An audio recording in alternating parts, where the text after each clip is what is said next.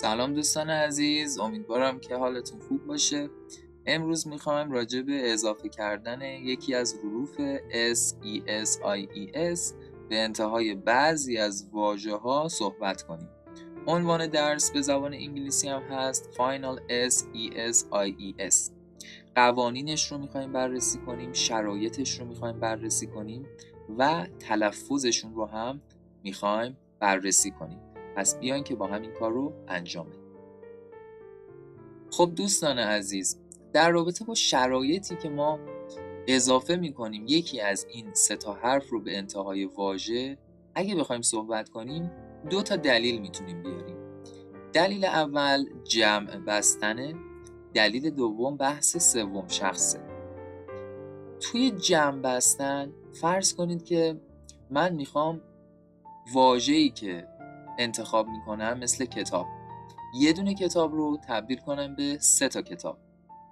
یا واژه ماشین، یه دونه ماشین رو میخوام تبدیل کنم به 100 تا ماشین. برای این کار باید بیام به انتهای اون واژه طبق قوانینی که تا چند دقیقه دیگه میخونیم یکی از اینا رو ما انتخاب کنیم، یا اس رو انتخاب کنیم یا ای اس رو انتخاب کنیم یا آی ای اس و انتهای اون واژه مثل کتاب، مثل ماشین بگذاریم و اون رو تبدیل به جمع کنیم، یعنی از یک به چند تبدیل کنیم. الان میریم مثالاشو با هم دیگه نگاه کنیم. مثلا اینجا دوست شده دوستها. تو زبان زیبای فارسی ما یک نشانی داریم، نشان ها، که این نشان جمعه، یعنی یه دونه دوست شده چند تا دوست، یه دونه کلاس شده چند تا کلاس، کلاس شده کلاس ها و همینطور که مشاهده میکنید دوستان نوزاد شده نوزادها. اما در زبان انگلیسی ما به انتهای اون واژه طبق قوانین خاص IES اضافه میکنیم یا ES و یا یه دونه S اضافه میکنیم. این شد مثالهایی در رابطه با جمع بستن. صبر داشته باشید تا چند دقیقه دیگه راجع به قوانینش هم صحبت خواهیم کرد. بحث سوم شخص که مطمئناً شنیدید و بارها و بارها تکرار شده، یا خود این ترکیب رو شما شنیدید سوم شخص، یا شنیدید سوم شخص مفرد. منظور ما هم از سوم شخص همون سوم شخص مفرد هست. اما داستان این سوم شخص مفرد چیه؟ راجبش ویدیو ساختیم، اما اینجا هم باز من اشاره میکنم. ببینید، موقعی که من بخوام راجب یک شخص دیگری، یعنی شخصی غیر از من و غیر از شما، راجب شخص دیگری در زمان حال واقعیتی رو بیان کنیم، اون موقع است که ما با سوم شخص مفرد روبرو میشیم. این رو من توی مثالها کامل توضیح خواهم داد. پس ما میخوایم راجع به او صحبت کنیم. خیلی مهمه. برای چی بهش میگیم مفرد؟ به خاطر اینکه او یک نفره یا یک غیر انسانه، تعدادش به یک میرسه. این از همه چیز مهمتره. پس سوم شخص مفرد یا همون سوم شخص واقعیتی است که ما در رابطه با یک انسان یا یک غیر انسان در زمان حال میخوایم بیان کنیم.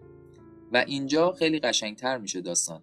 به اون واژه‌ای که داره واقعیت رو بیان میکنه راجع به این شخص سوم، به انتهای اون واژه طبق قوانینی که تا چند دقیقه دیگه بهش اشاره میکنم یا اس میدیم یا ای اس میدیم یا آی ای اس.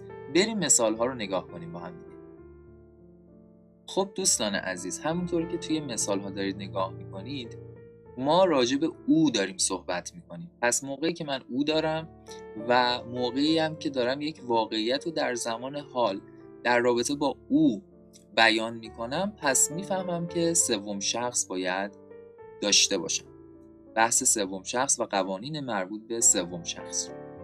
خب حواستون باشه دوستان که هر موقع 3 تا کلمه شی، هی، ایت داشته باشیم ممکن هست که ما بحث سوم شخص رو در دل این واژه ها در جمله بخوایم به کار ببریم. پس نشانه سوم شخص میتونه وجود این سه تا واژه باشه: she, he, it. اینها رو در یک ویدیوی جداگانه به نام ضمیرهای فاعلی کامل توضیح دادیم. لینکش رو هم و هر مطلبی که قبلا توضیح داده شده لینکش رو اون پایین واسهتون میگذارم که بتونید با خیال راحت و آسوده به اون مطالب هم بپردازید.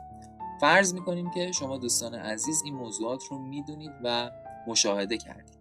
پس نکته این شد که she, he, it هر موقع تو جمله بیاد ما میتونیم اینطور فکر کنیم که بحث سوم شخص هم در کار هست. خب ببینیم که چه واقعیتی رو راجع به اون شخص سوم داریم میگیم. او صحبت میکند. خب این مربوط به زمان حاله، اتفاقی است که همین الان داره میفته، یا حداقل میتونم بگم در زمانی هست که تحت مالکیت زمان حال هست. حتما ویدیو زمانها رو با دقت تماشا کنید، اونجا راجع به تمامی زمانها توضیح کافی رو دادیم. خب گفتیم که به واژه‌ای که داره واقعیت رو بیان میکنه یا اس میدیم یا ای اس میدیم یا آی ای اس.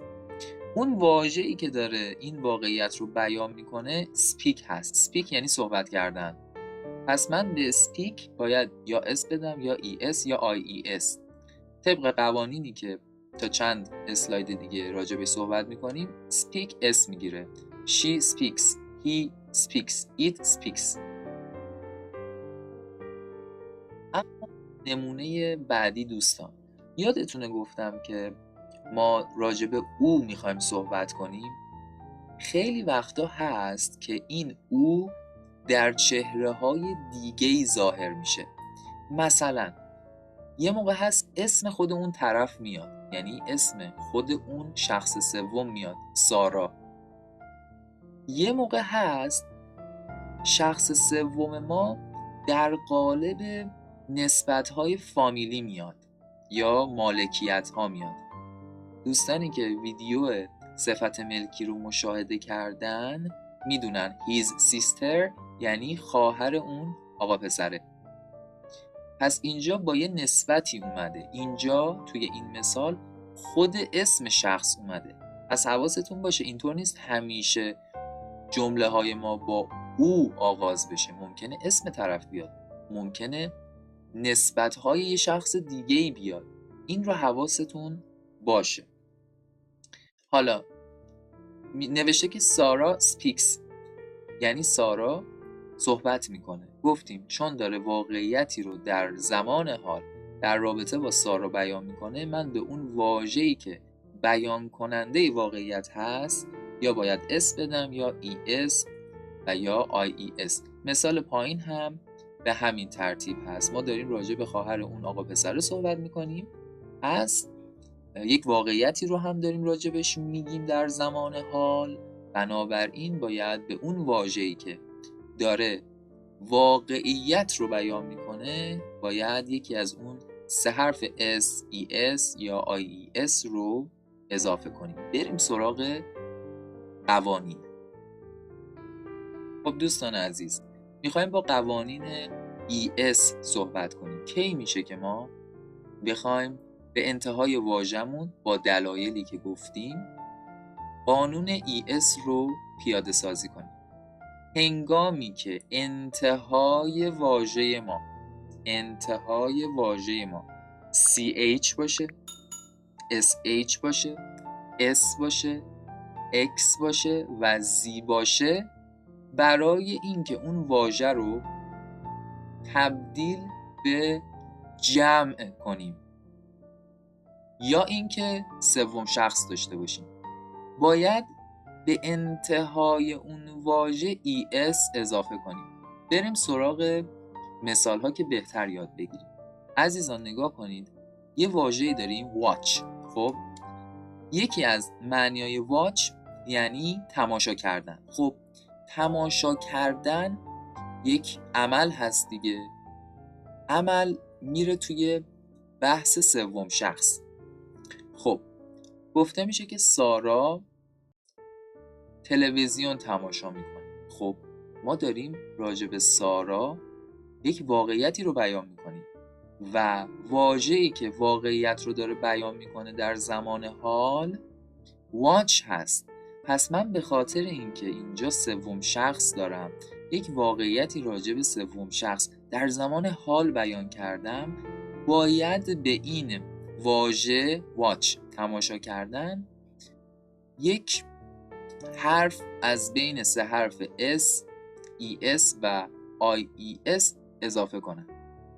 به خاطر اینکه انتهای واژه من CH وجود داره، من میام بهش ES میدم. خیلی قشنگه، میشه سارا watches TV. حالا در ادامه یاد خواهیم داد که چگونه شما میتونید این رو تلفظ کنید.